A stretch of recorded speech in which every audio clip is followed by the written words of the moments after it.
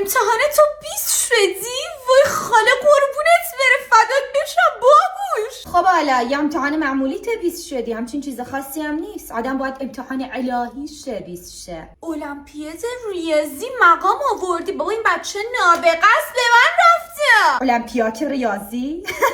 پس چرا تو تلویزیون تو المپیاد فرانسه ندیدیمه؟ نه دیگه این به اون ربطی نداره. بهونه نیار، نمیتونی بگو نمیتونم. به والله میدونستم رتبت یه رقمی میشه. تو همینجوش به من رفتی باهوشی، بعد رفتی کلاسینا هم ثبت نام کردی. خب با اون استاد خفنش خب معلومه دیگه رتبت یه رقمی میشه. قربونت. یه رقمی شدی؟ چند؟ 4؟ کی یک شد صورت. پولا داداشم تموم کردی با اون سرت گاستر کوچه است. اقد عصاب برا ما نذاشتی آخر تو سته اولم در نیومدی صورت. کلاسینو هم شرکت کردی ها، تا دم کنکور باهات بود و این شدی.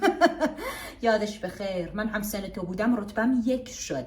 همه جون شما سیکلم نداری دیگه دهن تو ببن، به تو ربطی نداره. خاله قربونت بره، دندون پزشکی خیلی بهت میاد، خیلی هم درآمدش خوبه، خسته نباشی. پزشک دندونی کار آخه؟ ما خودمون نخ میندازیم دور دندون، یه سر نخم میبندیم به در میبندیم، دندون خودش در میاد. تازه انبار دستم داریم. دیگه کی میره دندون پزشکی؟ پزشک دندونی. عروس چقدر قشنگه.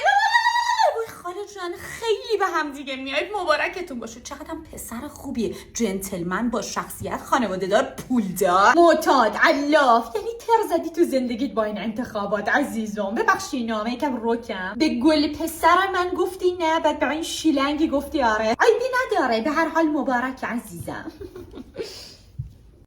داداش دست در نکنه دیگه، یعنی ما تو لول شما نبودیم. آره باشه دست در نکن، عیبی نداره. ما میریم، ما دیگه اینجا نمیمونیم. خوشبخت بشم انشالله.